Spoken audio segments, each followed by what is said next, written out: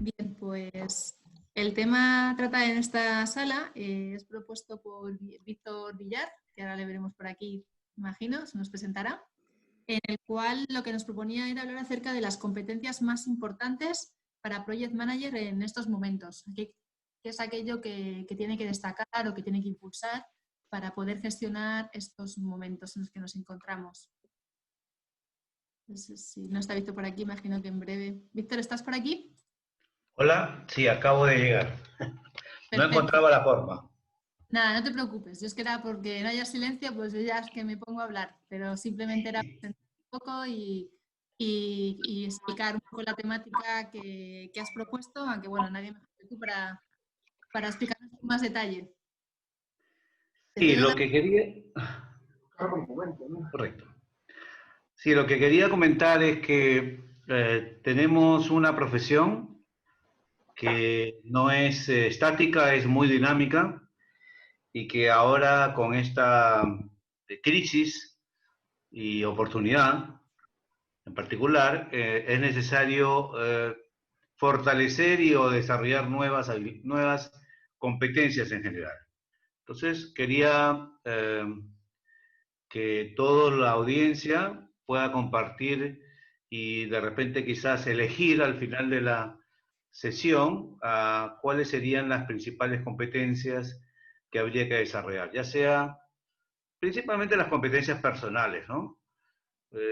También, lógicamente, aquellas competencias propias de estandarizadas o, como se llaman, duras, o en general de técnicas de dirección de proyectos. Entonces, el mensaje es ese, poder compartir cuáles son aquellas competencias que ahora se exige a los directores de proyectos para poder guiar a un equipo bajo estas circunstancias y bajo este tema de tecnología, de urgencia, de riesgo. Entonces, lanzo, digamos, dos primeras competencias que me parecen importantes. Una de ellas es la comunicación, lógico, y la otra es la gestión de riesgos en el otro tema. Entonces, quizás alguien quiera debatir, agregar algo más a este breve. Yo he elegido dos, lógicamente hay muchas, pero destaco estas dos.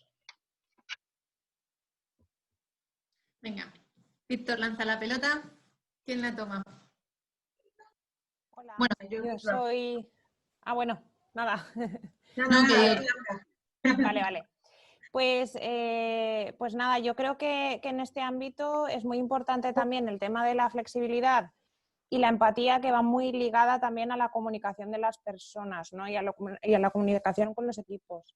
Porque siendo que estamos en entornos, pues eso, como ahora la pandemia que acabamos de pasar, pues necesitas ese doble juego, ¿no? De decir, pues eso, puedo ser rígido en ciertos momentos, pero también flexible y adaptarme a las necesidades y también entender que hay otras personas en diferentes circunstancias que a lo mejor no pueden estar rindiendo en el momento que yo necesito que empiecen a rendir, ¿no?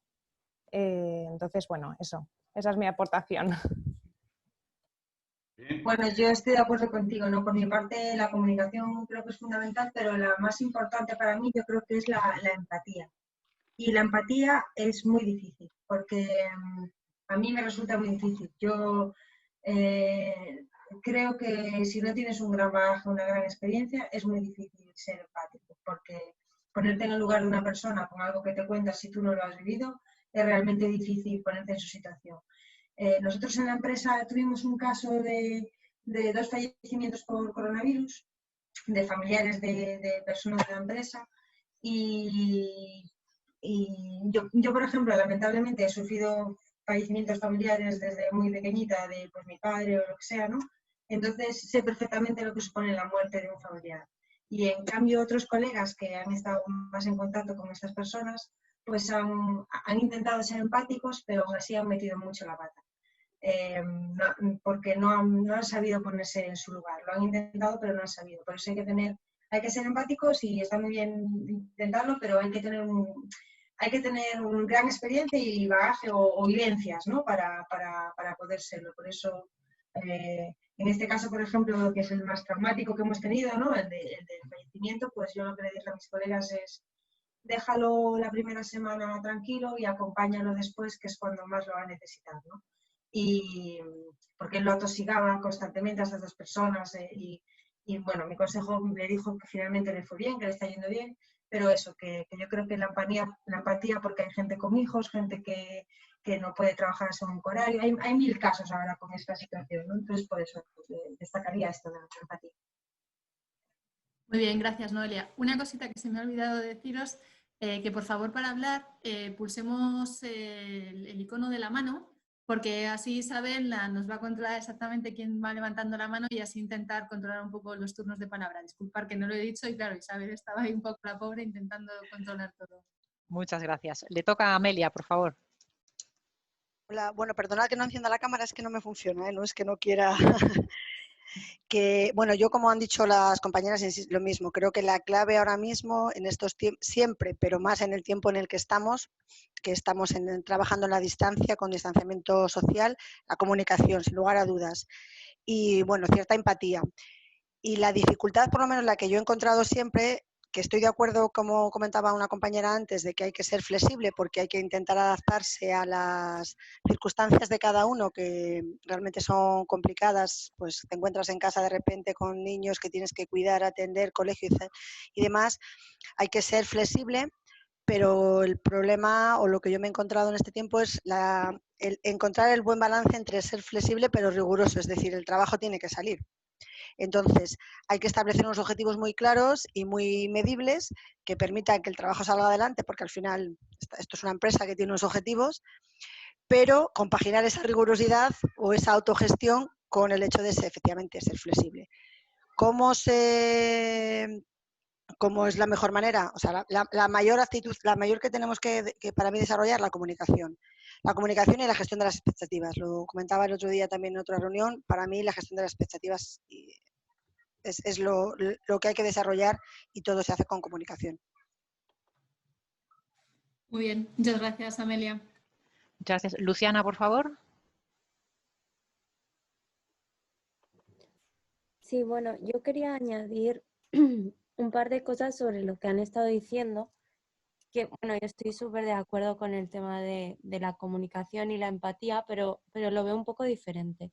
Sobre el tema de la empatía, creo que la empatía, bueno, cuando tú lo ves igual que el otro, ¿no? Al final, eso no, al final no lo veo tanto como empatía, ¿no? Porque, bueno, si tú ya has vivido lo que ha vivido otro, ya lo ves así, ¿no? Yo creo que la empatía va más cuando no lo ves como el otro, ¿no? Cuando tienes que hacer el esfuerzo en ponerte en la piel del otro, ¿no? Y ahí creo que ahí es cuando entra más la empatía, ¿no? Cuando tienes que de verdad ponerte en el lugar de alguien que igual pues tiene una situación súper diferente a la tuya, opina totalmente diferente a ti, y entonces ahí es cuando hay que hacer ese esfuerzo, ¿no? En empatizar con el otro, ¿no? No cuando tú lo has vivido, cuando tú lo ves claramente, cuando opinas igual, ahí es mucho más fácil, ¿no? Porque ahí como que no tiene tanta dificultad porque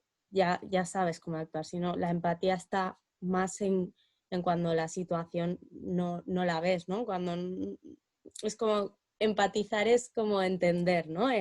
La situación del otro. No es que la compartas, sino que la entiendas. O sea, yo siempre lo pongo como empatizar, pues hasta empatizar con un asesino, ¿no? Y eso no quiere decir que estés de acuerdo con él, pero puedes hasta empatizar con esta gente, ¿no? Y entonces creo que simplemente quería hacer un apunte a eso. Y nada más. Pues muchas gracias. Gracias. Antonio Rávena, por favor. Se va a viralizar. Sí, ¿cómo están? Buenas tardes. coincido en que el gerente de proyectos debe ser flexible y también adaptable, pero en función en relación al entorno. Es decir, debe tener una facilidad, por ejemplo, para poder trabajar en cualquier ambiente y muchas facilidades en el manejo de la última tecnología.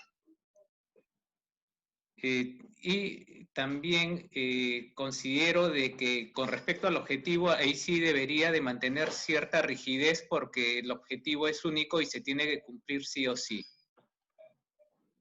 Gracias. Gracias por la reflexión, Antonio. Gracias. Susana Moreno, por favor. Hola, buenas tardes. ¿Me oís? Sí, te escuchamos. Bueno, yo en cuanto a la empatía voy a hacer un apunte porque me considero una persona tremendamente empática. Yo lloro con los anuncios y sí, y considero que es una virtud, pero también es un defecto. Hay que tener cuidado con la empatía. Yo soy de la opinión que nos falta mucha inteligencia emocional. Creo que nos falta mucho conocimiento de las emociones, de saber gestionarlas y de saber implementarlas bien para gestionar bien a los equipos. Yo creo que estamos en un momento en el que el tema de las emociones es básico para ser capaz de motivar, de empoderar, de conseguir sacar el máximo rendimiento de los equipos en los proyectos, ¿no? Y lo de la empatía, estoy de acuerdo que es importante, pero que cuidado con ella porque cuando eres una persona que la tienes como a un nivel muy alto, se puede llegar a convertir en un problema porque pone y cuestiona muchas veces tu capacidad de ser asertivo porque empatizas demasiado y a veces es peligroso. Creo que el project manager al que nos tenemos que acostumbrar es al que tiene la capacidad de gestionar muy bien las emociones, de conocerlas muy bien porque hay mucho desconocimiento sobre las emociones y es importante que aprendamos a manejarlas para lograr el máximo rendimiento de los equipos. Y por otro lado, creo que se nos está pidiendo que seamos muy disruptivos y os animo de verdad a que cuestionéis vuestra capacidad de ser disruptivos porque creo que la disrupción empieza en cada uno de nosotros y como project managers tenemos también la responsabilidad de aprender a serlo y aprender a motivar a los equipos a que lo sean porque cada vez se nos va a exigir mayor disrupción en las empresas, en las organizaciones y ser resilientes. Creo que nos toca ahora.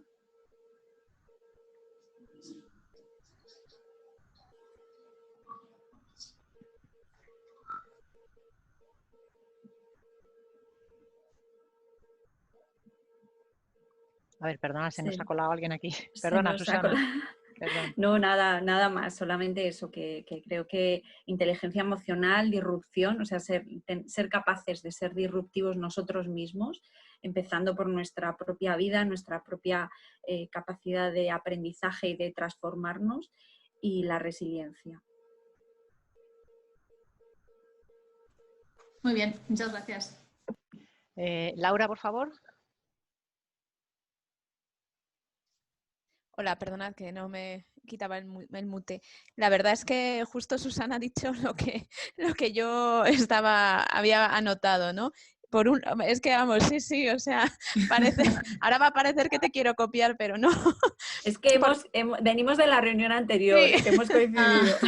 Sí, pero vamos, o sea, porque totalmente identificada con lo que ha dicho. Empatía, es verdad que yo también me considero muy empática y a veces tienes que poner el límite porque si no, al final los plazos no son empáticos y entonces hay que cumplirlos. Y es verdad que estas situaciones en las que hemos estado al límite de todo, ¿no? O sea, yo creo que esto es como la máxima pesadilla en cierto modo, ¿no? Porque cuando te toca estar en casa, los niños, en la comida, bueno, en fin, todas estas cosas que vamos a decir aquí, pues claro, si hay plazos, pues es que hasta cierto modo. Entonces, efectivamente la empatía a veces puede jugarte una mala pasada, entonces hay que saberlo. Y justamente relacionado con eso, y por lo que estaban diciendo mis otros compañeros de la comunicación, efectivamente la comunicación, o sea, la comunicación para mí falta sin el tema de la inteligencia emocional que ha dicho Susana, porque efectivamente comunicación, ¿no? Yo he tenido algún que otro responsable, ¿no? Que para él a lo mejor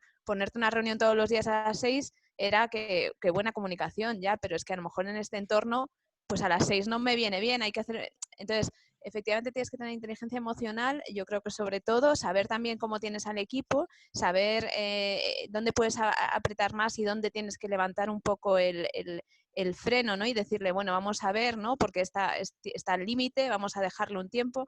Entonces, sobre todo eso, es la inteligencia emocional, el saber conocer a los que tienes y interesarte por ellos, ¿no? Que yo creo que es una cosa que a veces falta y a veces yo creo que en las empresas se está deshumanizando mucho, ¿no? Esa parte de los equipos, ¿no? Que no somos robots. Y por otro lado, una cosa que además antes se había resumido de las otras charlas, ¿no? Que a veces dice, al senior no hay que motivarle. Bueno, oye, un poquito que también somos personas, ¿no? Y tenemos nuestro corazoncito, ¿no? Entonces, bueno, que yo creo que eso, que la motivación es buena y es necesaria para todos. Y nosotros es verdad que ya con cierta experiencia nos tenemos que automotivar, pero oye, al final siempre tenemos a alguien por encima que a lo mejor también nos debería de motivar un poquillo, ¿no? Que no se pierda también, que al final tenemos que estar todos unidos y en estas situaciones tan extremas, pues mucho más. Así que bueno, siento haber repetido casi todo lo de Susana.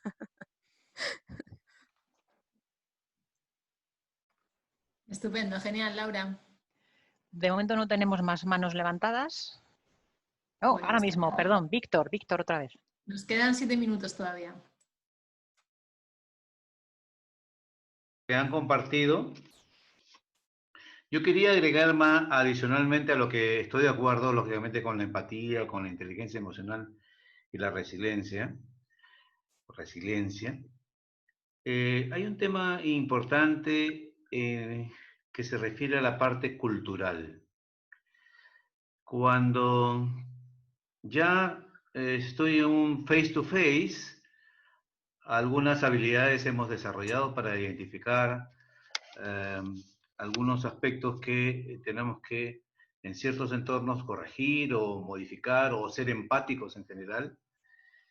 Pero no es lo mismo, por ejemplo, si yo vivo en el Perú y soy peruano, y si ustedes quieren interactuar con los peruanos, tienen que entender un poco su cultura, que es distinta a los argentinos y distinta, lógicamente, a los españoles. ¿Por qué les digo esto? Porque, por ejemplo, de mi experiencia personal, cuando he trabajado con españoles, nosotros identificamos que el español en general no le da tantas vueltas al tema y va más directo. En el caso del peruano, cuando se recibe, digamos, alguna comunicación muy directa, somos muy sensibles y nos ofendemos, nos sentimos. Entonces, un tema crítico ahora que, aparte del face-to-face que va a ir regresando progresivamente, no igual a lo antes, ahora con el uso de la tecnología, tenemos que tener en cuenta ese aspecto, la parte cultural. No sé si todos tienen alguna referencia al respecto, pero hay una website del Dr. Hofstede que habla sobre las dimensiones culturales, que sería bueno ahora repasarlas, y como cada vez más los proyectos son multiculturales, o sea, participan muchas personas de distintas culturas, ¿sí? Hay que tener en cuenta también ese aspecto cultural. Y cada vez más difícil, lógicamente, porque ahora no lo veo face to face. Quizás no todos los entornos van a tener esa posibilidad de aparecer el video de la persona hablando. Otros, por capacidad tecnológica, qué sé yo, borrarán o bloquearán el video. Entonces, nuevamente lo dejo. Pero no se olviden también que hay la parte hard, ¿no? La parte de gestión del riesgo. Hay mucha incertidumbre que tenemos que manejar y también tenemos que combinar esta parte de competencia personal con las competencias de técnicas, ¿no? Muy bien, muchas gracias, Víctor, por abrir un nuevo ítem dentro de la conversación, una parte más cultural. Bea, ¿tenemos tiempo para una más? Amelia había levantado la mano. Sí, nos quedan 3 minutillos. Nada, yo era muy rápido. Antes hablaban de la motivación, es simplemente una reflexión que me acuerdo mucho, mi jefe me decía respecto a la motivación que uno tiene que venir motivado de casa, que tanto a cualquier nivel. Evidentemente yo creo que hay que motivar a todos. Él siempre decía, uno tiene que venir de casa, pero es verdad que tenemos que, motivado de casa, tenemos que procurar que no desmotivar a la gente. Cuando decía, yo les decía mucho a mi jefe, es que hay que motivarles y tal, y decía, Amelia, olvídate, tienen que venir motivados de casa, tú te tienes que preocupar de no desmotivarles. Una reflexión que a mí siempre se me ha quedado grabada y que cuando hablamos de la motivación siempre me viene a la mente. Muy bien, muchas gracias.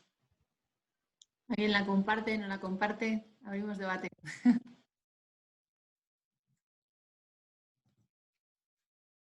Nos quedan 2 minutillos todavía. Es que la motivación es un tema delicado. Yo le diría a Amelia que tenemos que procurar que no se vayan desmotivados, porque si no al día siguiente vendrán desmotivados, ¿no? Claro. Yo siempre buscaba cómo motivar a la gente y se le decía, no, la gente tiene que venir motivada, pero tú tienes que procurar no desmotivarles. Efectivamente, porque si no al día siguiente, muchas veces a lo mejor encuentras otra nueva motivación, pero muchas veces se te acaba la fuente en casa de la motivación. Difícil. Y lo de la cultura que comentaban antes, estoy totalmente de acuerdo, ¿eh? En este ámbito globalizado, el tema cultural es yo he trabajado con equipos en Argentina, en Brasil y sobre todo con Argentina, porque en equipos en los que hay un tema de idioma, a veces la falta de comunicación o la incomprensión puedes achacarlo al idioma. Con Argentina, por ejemplo, pues no es el idioma, pero es una cultura totalmente distinta. Van a un ritmo distinto, la forma de expresarse es distinta, entonces hay que entender efectivamente cómo trabajan y cómo entienden las cosas. Es muy, muy importante. Unos últimos segundos para Laura. Sí.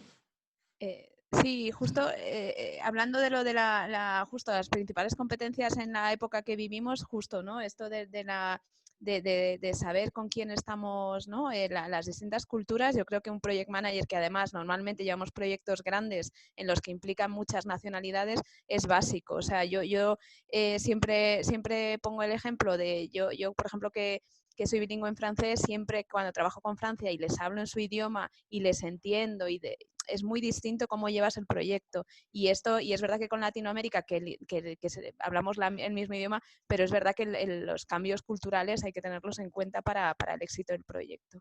Solo esto. Muy bien, muchas gracias, Laura. Pues nada, hemos llegado ya al final. Los compañeros estaba aquí orando con ellos porque también estamos todos cerrando las salas. Y os invito a continuar las conversaciones por Slack o en un café, si igual o en presencial, ya eso dependiendo un poco de donde nos encontremos, porque como os comentaba al principio, somos personas de diferentes países, así que cada uno estamos en una situación diferente. Así que muchas gracias por participar, por compartir y nada, Isabel nos cerrará las salas y nos veremos en GoToWebinar. Hasta ahora, gracias.